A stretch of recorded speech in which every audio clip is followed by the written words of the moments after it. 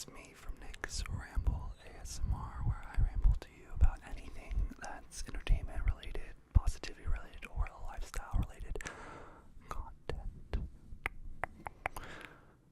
Today's video is a special video. It's actually a requested video from one of the subscribers from this channel. Hi, Rasan. I think that's how you say your name. If I'm not right, I apologize, but it's spelled R-A-S-A-A-N. 2011. That's your tagline.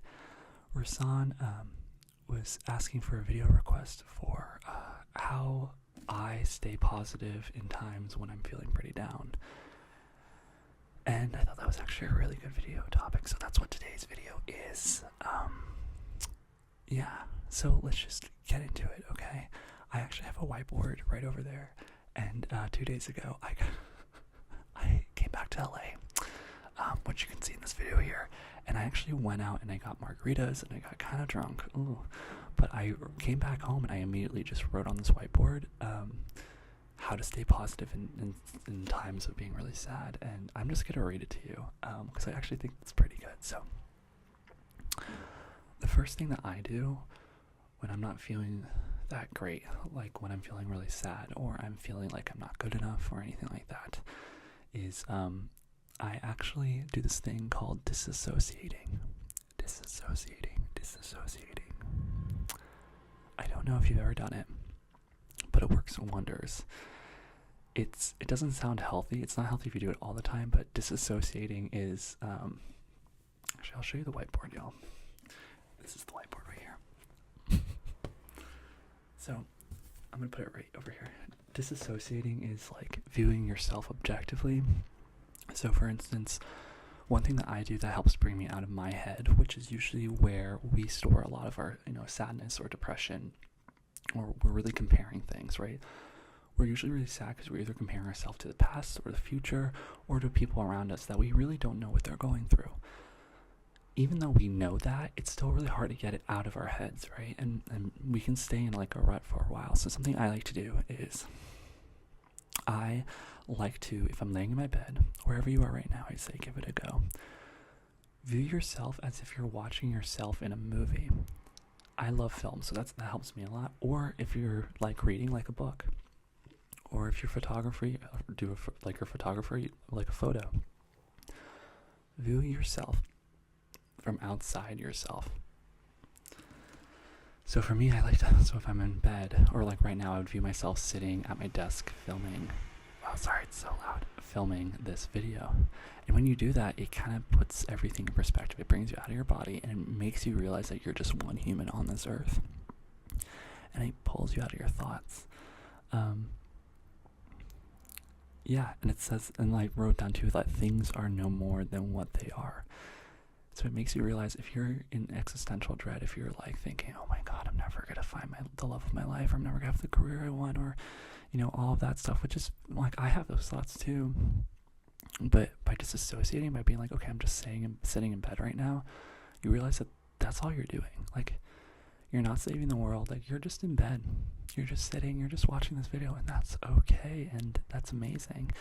And I use this trick of disassociating for things that I'm really scared for. So for instance, something that I'm trying to get better at as a human being is being extroverted and being meeting new people. Because I'm in LA and I've been in this place, I think, for like 2 years, and I'm trying to make friends, right? And the only way I'm realizing to make friends is I have to go out and find them.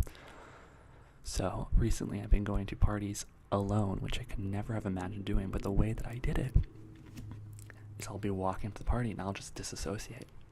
I'll be in a party and I'll literally just be like thinking myself in third person. I would be like, hey, oh, Nick is so funny. Look, he's having a great time in the corner. He's chatting everyone up. Like, I think of myself from another person's view, being like, he's so friendly. He talks to everyone. All that. Even though deep down I don't feel that way. So when you're feeling sad, and it's actually okay if you want to feel sad, that's valid too. Just don't let it hurt you for too long. Like, it's okay to feel the feelings, but if you have been sad for a really long time and you're just like, I want to get out of this rut, do that trick. Just be really aware of where you are. look around you, feel things, and then try and pull yourself out of your body and be like, I'm a human feeling this. I'm a human lying down. And what's nice about this, it brings out your head, and then it kind of neutralizes you, right? So then you can stay in a nice zone. And that helps me for just kind of neutralizing. The next step that actually helps elevate me to like feeling positive is this practice that you guys probably all know about. That's probably overtalked, but it's so important. It is called gratitude. Gratitude. Now you might be like, Nick, oh, I knew that. Gratitude is everything, you know, like we get it. Like everyone tells me to do gratitude. Yes, but I promise you, if you're not doing it, that's probably why you're sad. And I swear that sounds so crazy, but like gratitude is like the easiest fix, y'all. I'm telling you, it's just insane. I try and do it all the time. I have an app. I have another video where I go through the app, which you guys should see. But for this, I wrote down, drunk Nick is intelligente. He goes, it forces yourself to see positives, and it'll turn your mind to see the positive, and it really does. So the reason why gratitude works is there's always something to be grateful for, even in times where you feel really sad. If you're like wherever you are right now, I would say, like for me, I would be like, if I'm having a terrible day and I'm like, I don't know what to be grateful for, I go, I'm grateful that I have this comfy chair I'm sitting on. I'm grateful that I get to talk to you guys on a video. It can be really simple and small things like that. And it's really nice because when you focus on the small things, it validates that you actually are grateful for those things, and it makes you question what else you're grateful for, and it puts you in this positive mindset where then you're looking at the day looking for things that you're grateful for, because you know later on that you're going to be writing down things you're grateful for. So when you have that positive mindset, you're at a vibration where now you're looking for good things, right? You're looking for things you're grateful for. And when that happens, you naturally elevate to being more positive because you see the positive things. You see the things that you take for granted all the time, like the food that you eat or the weather that you're at, or and you just realize that everything is so subjective. Like I live in a really desert temperament climate that's really, really dry. And it was raining a lot and people were complaining, but I was like, oh my god, we're getting rain, we never get rain, how cool. And you might be in a really cold area, you might be like, oh, I'm always so freezing, but like you get snow, right? Like all those things.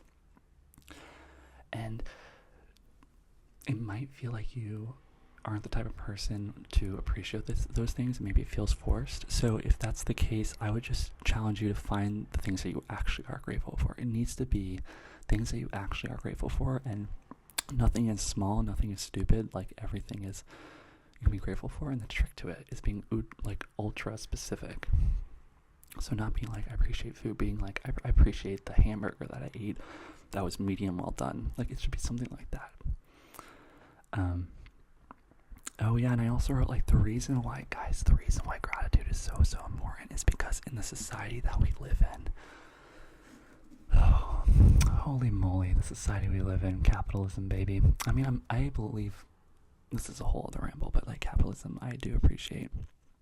But the way our system's set up, and I don't know if you feel this, is it actually is built to kind of tear us down and to criticize each other, to look at each other as different, because it helps capitalism, our economy, grow. So for instance, I'm wearing this sweater. If you were like, and I actually made this sweater, by the way, this is my first company, it's cozy.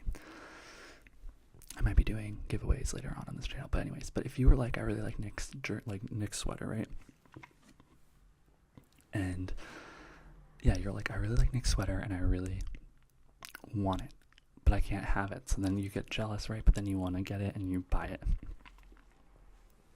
The only reason you buy it is because you're not content with anything that you have.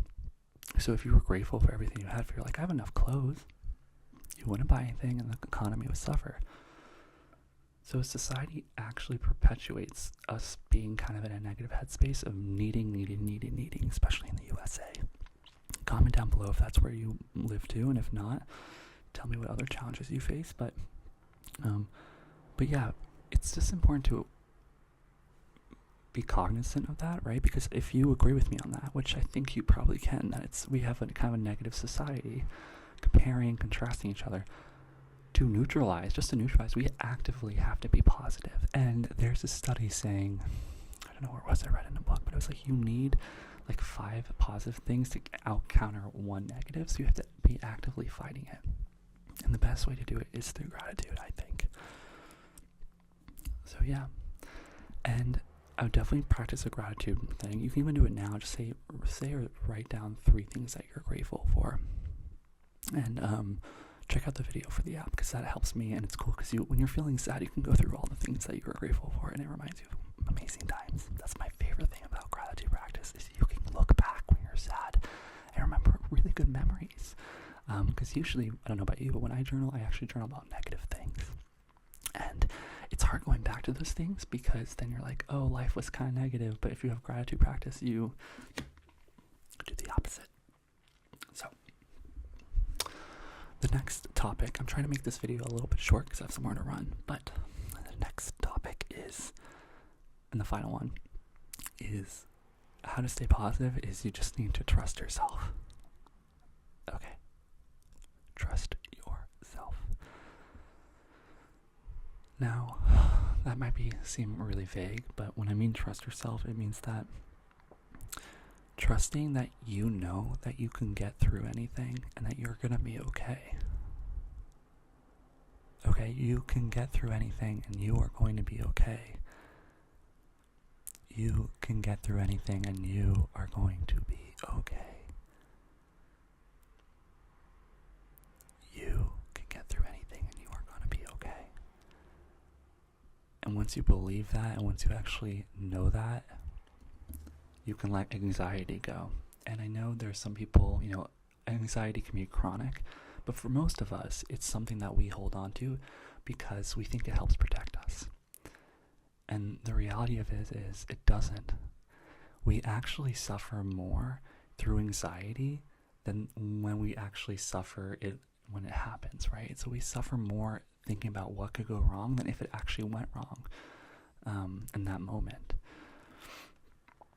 And just when you learn to trust yourself, and I know this might be the most tricky part of it, but like learn to trust yourself, that when tell yourself, you're like, I'm smart, I'm capable, I'm a living human being that's lived this many years. Whatever happens to me, although it might be the first time, it might scare me, I know I can get through that.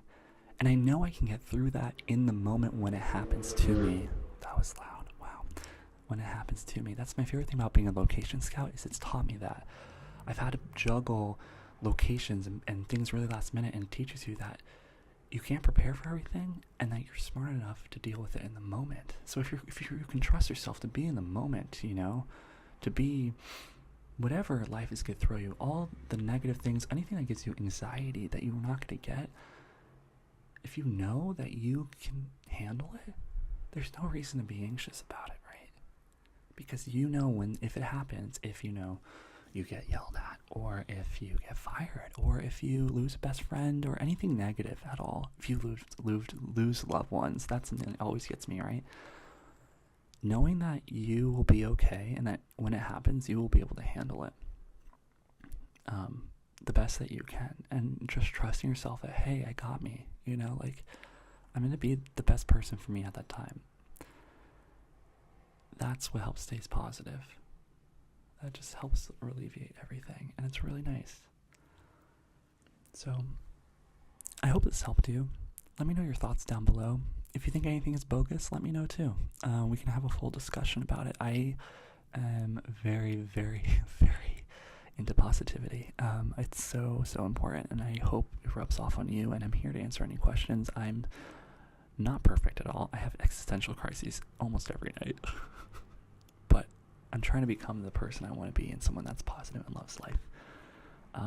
Another thing that's not on this board, though, that I just thought of, another thing that helps me with positivity that my mom said, that actually her dad told her, is that when you're sad, or you wake up at night and you have existential dread, only allow yourself to think in the light. Only allow yourself to think in the light. So that means that if you're having a thought at night, that's usually when I have them, be like, nope, I'm not thinking right now. I'll think when it's sunlight. Just say, if it really matters, I'll think about it during the day, and just tell yourself that over and over again. And it really helps, because by the time the sunlight happens and it's the day, you actually feel a lot better, because you feel not so encapsulated, not so, in the dark. So I try that too. Don't allow yourself to think in the dark. But that's easier said than done. But yeah, so that's how to stay positive, kind of in times of sadness or distress. Those are my tricks. Let me know your tricks down below. And yeah, if no one's told you today, you are so loved. I'm so grateful to have you here, and you are doing amazing things in this world. Whether you feel like it or not, whether you just did something really big to help someone, or you did something really small, you have an impact, and I know that you have done something really nice for someone. So I want to say thank you from them to you through me. Thank you for doing that. And it doesn't go unnoticed, and I know sometimes people don't say thank you. And I know sometimes you might feel like, oh, why did I do that? Like, they didn't even acknowledge it. I acknowledged it, and the universe acknowledged it, and the world acknowledged it, and thank you so much for doing it. So I encourage you to do something nice tomorrow and just be a wonderful human being. And I will see you in my next video. If you could give this video a thumbs up if you like it, and if you love this video, please subscribe, hit the bell notification so you get alerted to my next videos. It means the world to me, you guys. And I will see you in my next video. Okay. Have a lovely, lovely sleep, or day, or life.